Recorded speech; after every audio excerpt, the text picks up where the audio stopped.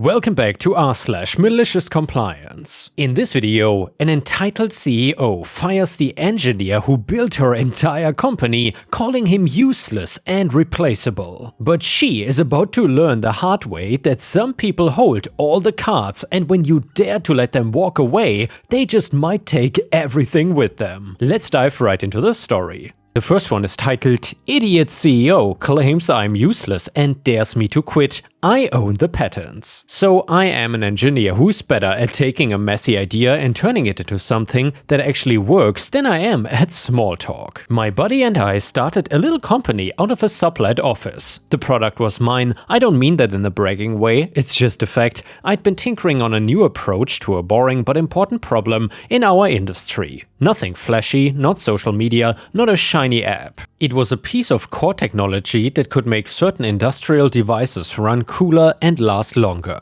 If you use those devices, this change saves you real money. I wrote the early code, built the first prototypes on a workbench I salvaged from a liquidation sale, and filed the first provisional patent before we even had a company name. I paid the patent filing fees out of pocket, and my buddy, he was the operator, he could pitch, he could run numbers. He could get someone at a trade show to stop and listen, and together it worked. We split equity with me at 40% and him at 60%. We signed a founder agreement that spelled out a clean separation between my patents and the company. The company got an exclusive license to use my patents, so as long as it stayed current on license fees and upheld a handful of conditions that were important to me, I kept control of the claims, I approved sub-licenses, and if the company materially breached, non-payment, change of control without my written consent, attempts to assign without approval, that kind of thing, I could revoke the license, aka the patents. Not immediately, but there was a cure period.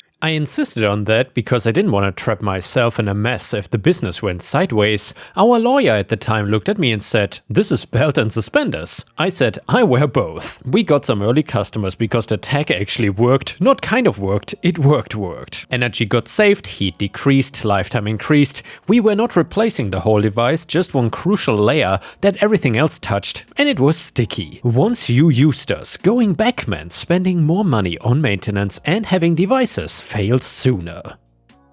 That stickiness drew in our first investor. And by the way, guys, I was just thinking, what did this guy invent? It almost sounds like thermal paste for CPUs. Not sure though. Anyway, then there was a bigger customer, then a press piece, the usual curve. We were on the brink of doing something really solid, not unicorn nonsense, the kind of business that throws off cash and sticks around for decades. But then the worst thing in life happened to my buddy. He got sick out of nowhere. It was not a long story. He passed, and I still hate writing that sentence. I lost my co-founder and my friend. The company lost more than a CEO. It lost the one person other than me who really knew where every bolt in the machine went. The board panicked. Our investor was not the majority, but they were loud. My buddy had a will. I didn't think much about it until his lawyer and his wife sat across from me in our conference room with the glass wall and the house plants dying in the corner. She had always been around, mostly as a presence at parties and launches. We were polite but not close. She was smart in a people's sense but had zero interest in the business when he was alive. Now she said that she wanted to run it all. I asked about the board, I asked about an interim CEO. While we got through the immediate storm, she had an answer ready. My buddy had changed some things near the end. There were voting agreements that I had not seen. The board met and the investor wanted stability. They wanted a recognizable face to keep customers calm, and his wife had a background in marketing at a fashion brand. They said that was relevant leadership experience. I bit my tongue so hard I could taste metal. I fought it in the delicate way you fight something when you're still grieving. I said we needed competence. I said the tech was the product. I said we could hire a real CEO and let his wife be as involved as she wanted in non-operational areas. And the investor says, "We need the story." The board votes and they put my buddy's wife in as CEO. It took about a week for the shine to come off. She replaced our VP of operations with a friend from her wine club. She hired her cousin to run people. She decided the sales stack needed to be sexier, and by sexier I mean multiple slides of lifestyle stock photos and vague buzzwords like delight. She unilaterally approved a new logo that had nothing to do with the product and everything to do with her personal taste. She moved my lab bench because it did not fit the vibe. I moved it back, I stayed heads down, I was the CTO on paper, but I did more. I managed the roadmap, handled the tough customer integrations, taught the junior engineers how not to fry a board, and refined the next-gen design that would cut costs even further. I still had 40% of the company, and I also had the patents. I was careful. I kept the company licensed, and I kept the invoices and the emails where we discussed renewals and fee schedules. I always got sign-off in writing, and then she started dating someone. I would not have cared, of course, except he started showing up in my lab. He fancied himself a serial entrepreneur. He had opinions about hardware, even though he had never built a hardware product. I would be debugging a test rig and he would lean against a doorframe explaining brand. The engineers called him the Shadow. He suggested that we outsource R&D to a partner in his network to move faster and cut burn. I pointed to the 2 whiteboards full of equations. I said, "We cannot outsource this. We are the partner." He started whispering to the board about how I was apparently emotionally blocking progress. The CEO soaked it up. She had always been jealous, I think, of the way people looked at me when the hard questions came up. When customers wanted to know, "Will this survive a thermal spike?" they looked to me, not her. She hated that. It made her feel like a placeholder in her own story. The day it all collided started as a normal day. I was in early, the lights were off in the open area. I like quiet. I was working on a small but important tweak to the control algorithm that manages the temperature window. One of our newest customers had a field issue in a hot environment. The devices were fine, but we could do better, and I had a fix. I was halfway through running it on the test rack when the CEO and the Shadow walked in like they were doing a photo shoot. She had one of those outfits that cost more than my car note used to be, and he was in a blazer with sneakers like he invented the idea. "OP, we need to talk," she said. No hello, I saved my work and turned up. "What's up?" She launched into a monologue about misalignment and senior leadership expectations. I let it wash over me because I've learned that if you wait, people get to the point. The point came in the form of, "You're not pulling your weight." I glanced at the rack. The racks had green lights are good. "We ship 2 major customer integrations this month," I said, "and I'm fixing the thermal window right now." She smiled like I was a toddler holding up a doodle. "You're just in the weeds," she said. "We need vision." "Well, the vision is customers who don't churn because the product works," I said. "That is literally the vision. It's why they pay us." The Shadow guy chimed in. "We can hire a director of R&D who knows how to manage teams. We need someone who's not so precious about the original design." I kept my face still. "Precious?" "You know," he said, "like emotionally attached. Also, the board is concerned about your compensation. It is out of market for what we are getting." I looked at the CEO. "Is that true?" She nodded, all sympathetic pretend. "We think you're replaceable, OP. It is hard to hear, but it's true. There are a million smart engineers out there. This company is not about one person. It's about a brand and a vision. And honestly, you've been a drag in meetings. You contradict me in front of the team." "I contradicted you when you told the team that we could ship a feature that we cannot ship," I said. She waved that away. "Negativity. If you cannot get on board, maybe this just is not the place for you." I let the silence stretch. She hates silence. "Are you firing me?" I asked. She glanced at the Shadow. "We are offering you a path," she said. "You can take a reduced role and reduced compensation while we bring in leadership, or you can resign. If you resign, we will accelerate some vesting to be nice, but honestly, it might be best for the culture here if we get some fresh energy." I looked at the contract language in my head. I had written it. I knew it better than I know my birthday. It was all there. The personal ownership of the patents, the license to the company, the change of control clause, the cure period, the definition of material breach. Over the last months, a few things had happened that mattered. The board had tried to assign some license rights to a subsidiary without my written consent. I had called it out and told them no, but they did it anyway, informally by sending integrations to a third party tied to the Shadow's network. Also, they were late on the last quarterly license payment by just enough days to tick the late box. I had sent a formal notice and given them the cure period. They had paid, but they had also started to stuff our R&D docs into a shared folder with an email domain that I didn't recognize. I had screenshots, I had saved emails, I had asked the CEO to stop. She had written back, "Don't be territorial." I stood up. "So just to be clear, you're telling me that I'm useless and replaceable, and you're daring me to quit." She folded her arms. "If you cannot get with the program, yes, quit. We'll be fine." I nodded. Okay. She looked surprised. Okay? Okay, I said again. I will resign. The shadow smirked like a cat who thinks it caught a mouse.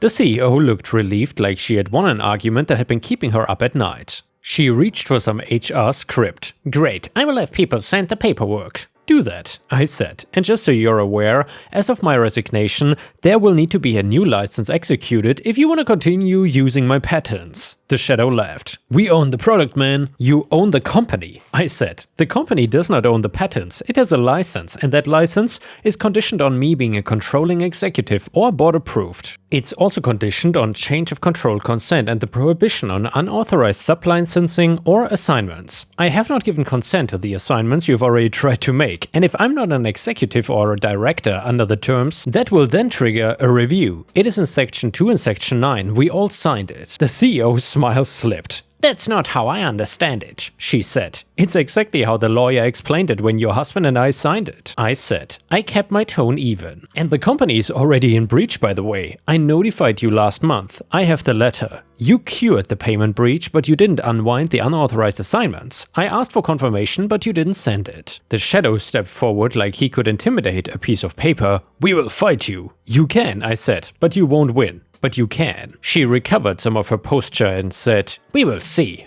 We will, I said. I will send my resignation and a formal notice to the board. There will be a standard cure period for the license issue. If you fix it and we sign a new license that respects the terms, you can keep shipping. If you don't, you cannot. That's how contracts work. Get out, she said. I will, I said, after I shut down my dev environment and pack my personal tools. Everything on my bench, by the way, is owned by me personally, unless it is tagged. I already tagged the company gear. You can check the inventory list I keep on the shared drive. Her jaw clenched. Now. Well, I'll be in 10 minutes, I said. I packed slowly because I wanted that 10 minutes to register for her. I put my calipers in a case, I logged out of our repos, and I handed my badge to the office manager on the way out. I didn't go home, I went to my lawyer. He's the same calm guy who drafted the original documents for me and my buddy. We had kept in touch. He already knew some of the ongoing tension because I'd gotten his advice about the unauthorized sub-licensing.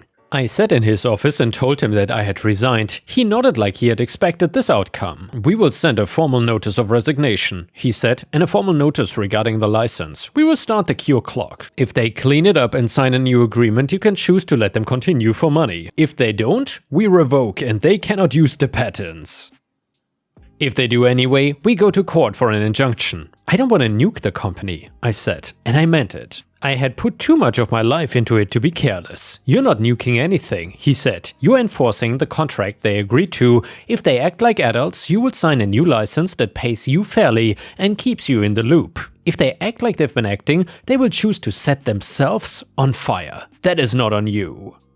He drafted, I reviewed, we sent. The tone was neutral and professional. It included the relevant sections, quoted and formatted, so even someone who learned law from TV could follow. It laid out the cure steps, it gave dates, it gave options, it invited them to sit down and work it out. Their response was 2 lines from the CEO. We reject your assertion that the license is conditional. You had no right to condition it on your employment status. The board will address this. It was signed by her and CC'd to the shadow guy. Their lawyer, not the one we used in the early days, this was someone new, sent a longer letter full of chest thumping and threats about tortious interference if I so much as spoke to a competitor. We sent back a short reply saying, please see Section 2, Section 5, Section 7 and Section 9. Our client will not be intimidated. Any further use of the patents after the cure period will be considered infringement. And while the clock ticked, I got other job offers. Word travels fast when a founding CTO leaves a company with live customers. I had coffee with a few folks. I told them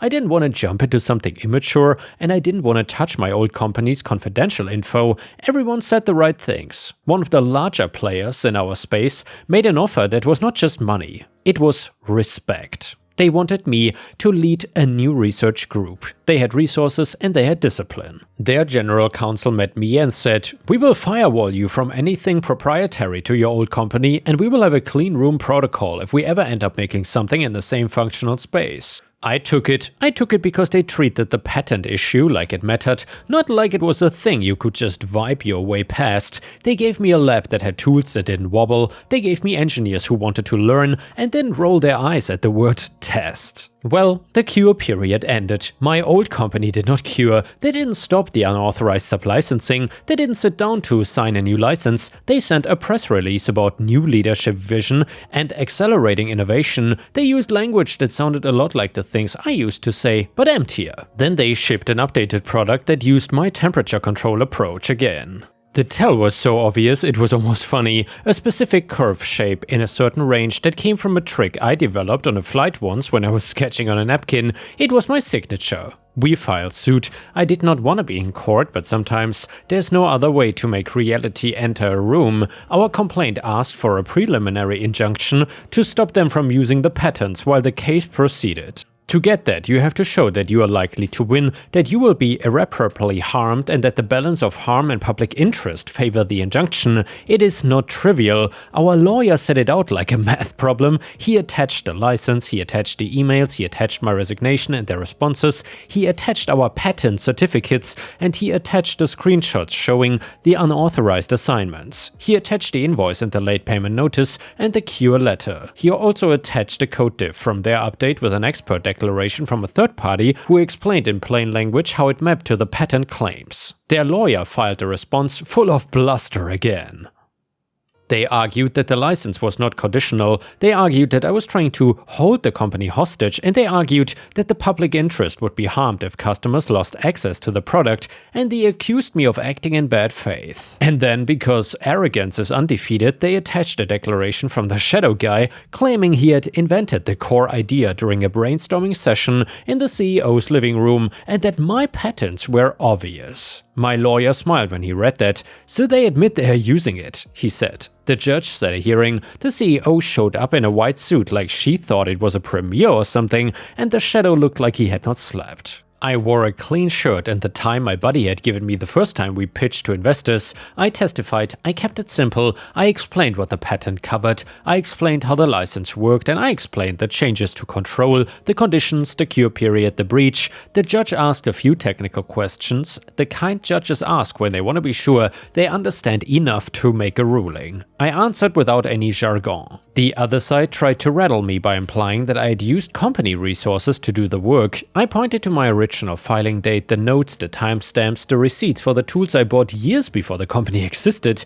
I pointed out the founder agreement that carved out the patents as my pre-existing IP. I did not raise my voice, I didn't get cute. The judge granted the preliminary injunction. The order said that the company was enjoined from making, using, selling, offering for sale, or importing any product or software that practiced the claims of my patents pending the outcome of the case. The judge noted that the company had options to avoid this by negotiating a new license and had chosen to posture instead. The judge also observed that the CEO's and her partner's declarations were not credible. I'll admit I printed that line and kept it. That should have been the moment they made a deal. Instead, the CEO sent an all-hands email calling me a traitor. Someone forwarded it to me. It was full of, "We don't negotiate with bullies," and "innovators ship." The next week, they tried to push another update anyway by changing the code just enough that they thought it did not practice the claims. It did though, and they got caught. The judge fined them and warned them that contempt was next, and the customers noticed. One of our biggest accounts paused their rollout. Their ops lead called me at my new job, not to talk business, but to vent. "I cannot believe they blew this up," he said. "We liked working with you."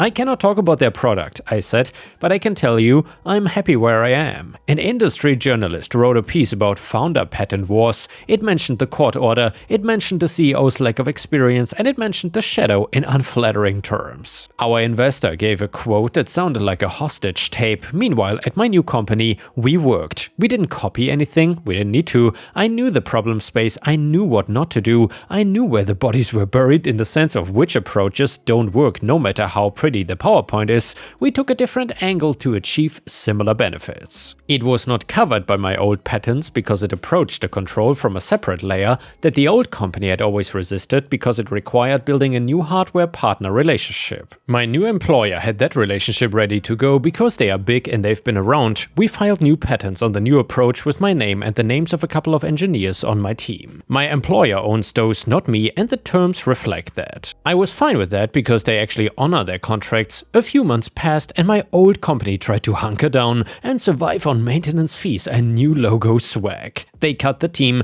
engineers I had hired got laid off and called me for references. I gave them glowing ones. I helped a couple land roads with teams I knew. The CEO posted on social media about resilience and haters. The shadow stopped showing up in industry gossip. I heard he had moved on to advise a crypto thing. The main blow came when a competitor, not my new employer, a third company, pulled a chunk of my old company's customers by offering a discount to switch and a migration service they included, physically showing up with coffee and making the change painless.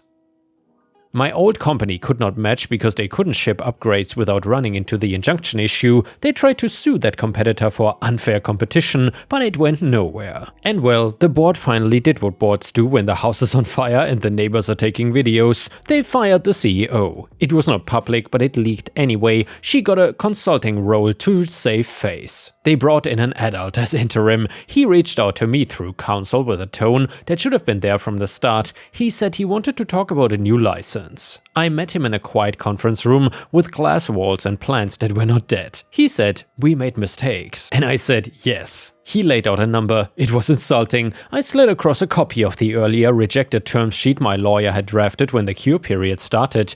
"This still gets it done," I said, "but not if your ex-CEO is anywhere near the product. And I want explicit oversight on sub-licensing and a seat as a technical advisor for sign-off on claim scope. No shadow networks, no cousins." He said he would take it to the board. The board had a meeting and then ghosted us for a week, then 2. Then a month. Meanwhile, cash flow was drying up. The interim CFO resigned. One of the secured lenders called a covenant, their investor refused to bridge and they filed for bankruptcy protection. It was not the dramatic bang of a raid, it was paperwork and sad emails and a "we regret to inform you" post. It still felt like watching a building you designed get condemned though. I did not cheer, I didn't gloat, I went home early and sat on the floor with my dog. In the bankruptcy, the assets got listed. There was not much of value without the license. The patents were mine, they were not on the list. The trademarks and customer lists and furniture were. The trustee tried to see if anyone would buy the business as a going concern. A few tire kickers looked, one offered a number so low it would have made everyone cry. The case converted to liquidation. Suppliers got pennies, employees got what the law guarantees and not a cent more, and the investor wrote off their stake. The CEO, who had felt like a queen in a kingdom she didn't build, posted about closing a chapter and learning lessons. Her comments were not kind. Somewhere in there, a little noticed filing showed the board had paid the shadow a strategic advisory fee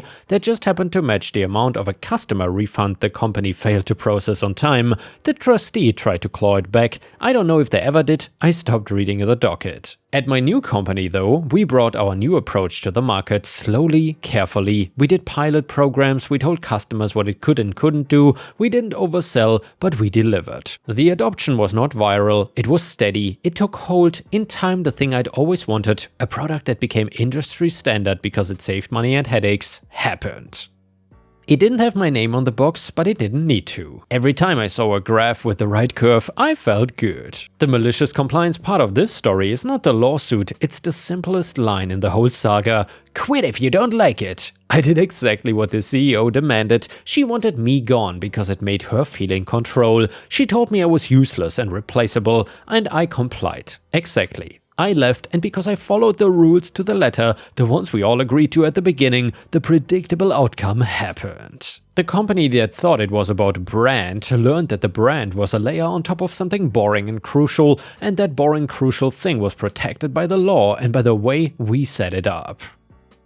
The predictable negative outcome was not some gotcha moment, it was the ground settling back to level after someone tried to build an addition without permits. There are a few scenes burned into my memory that I'll share, and they are the following ones. The day after I resigned, one of the junior engineers stopped me on the sidewalk outside the old office. He looked like he was gonna be sick. He said, "Is it true you're gone?" I said yes. And he said, "Are we gonna be okay?" "Yeah, you're gonna be okay." He took that in, then he asked, "Can I still ask you questions sometimes?" I said, "About your career?" "Anytime. About anything owned by the company?" "No, that's how this works." He nodded and understood. He got laid off a few months later and he texted me and I introduced him to a team lead at my new place. He works 2 doors down from me now and he's better than I was at his age.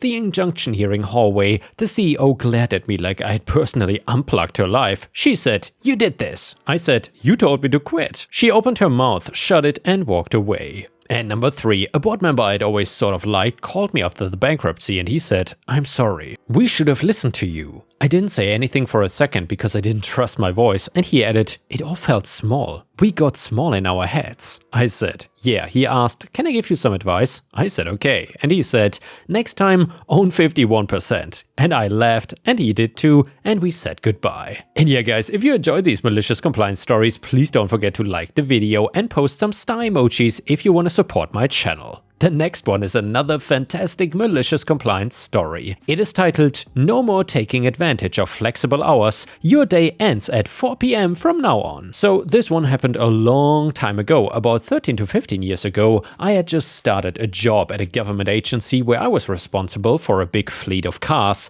My duties included driving the vehicles to various places like repair shops, tire companies, glass repair shops and inspection centers. I also performed simple repairs myself, like replacing some light bulbs, not all. In addition to all of that, I hand washed and cleaned every car both inside and out, refilled the windshield washer fluid and made sure all the required items were in each car. Washing a car inside and out, checking the fluids and making sure all the necessary equipment was present took a minimum of 45 minutes and a maximum of about an hour. About a month into the job, my boss decided I was taking too much advantage of my flexible working hours and told me that I had to stop working precisely at 4 p.m. So I decided to follow my boss's rule to the letter as the days went on, and if it was after 3:15 p.m, I didn't think I had enough time to start washing and fixing another car, so instead I did other small tasks like sweeping the floor or restocking the supply room. After a few weeks of this, my boss noticed that fewer cars had been cleaned and fixed in total, so he called me into a meeting to ask why. That is when I brought up his policy that I had to leave at exactly 4 p.m. and that I should not be taking advantage of my flexible hours. The boss suddenly realized why I had been taking advantage of the flexible hours before. I was simply working smart. Some days I would go home a little earlier after a car was finished, and on other days I needed an extra 5 to 20 minutes to complete a car. It was not a daily issue, but it happened often enough that the boss's new policy created a problem. So after the boss had been thinking for a moment, he said that we should go back to the way I was working before. He apologized for his poor policy and admitted that he was wrong. I ended up staying at that job for about 2 more years and we got along well for that entire time. And by the way guys, let me know in the comments where you are watching from today. It is always interesting to hear where my viewers are from. And to spice things up a little bit, let's read one more petty revenge story for the end of the video. It is titled, "You won't change your phone number? Challenge accepted." So Christine used to have my phone number 3+ years ago. Clearly, she did not want the baggage in her life to follow to the new number. Debt collectors, old flames, male and female, she was prolific if nothing else, and others. I can understand this, and Christine, I hope your new life is better today. Well, the debt collectors gave up pretty quickly. I have not heard from one of those for 2 years now. Some of the old flames were very persistent, but eventually gave up as well. The last call/text from her past lovers was a yearish ago. The big challenge was family, personal appointments, mostly text confirmations, why to confirm and to cancel, from doctors, hairdressers, nails, etc., and her employer. I still get the odd call/text from family that cannot understand why Christine did not share her new details. Sorry, I cannot help you understand her motivations. As the calls and texts would come in, I explained it is not her number anymore. Please get her to update her details. Normal stuff for someone changing their number. People would say, "Thanks, we will get her to update." Over time, as this continued, I started getting frustrated. I cited HIPAA to medical and became a bit of a nuisance to others. That helped a bit,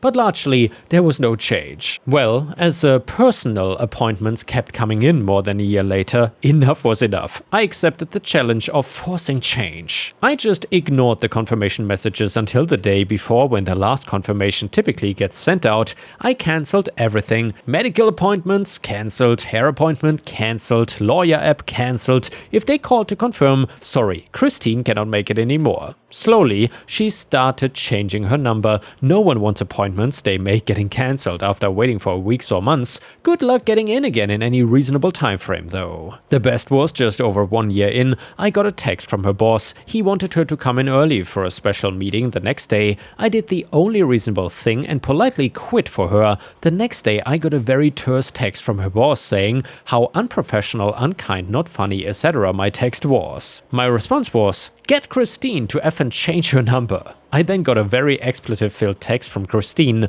My response, change your number or I will keep cancelling all your appointments. At that point, I don't think she realized how her appointments were getting cancelled. A second, even more expletive-filled text followed, and I LOL'd in response. Guess what? No more personal appointments, still the occasional family member though. How lazy can you be? And yeah guys, thank you for watching, please don't forget to subscribe, and I will see you again tomorrow for more stories.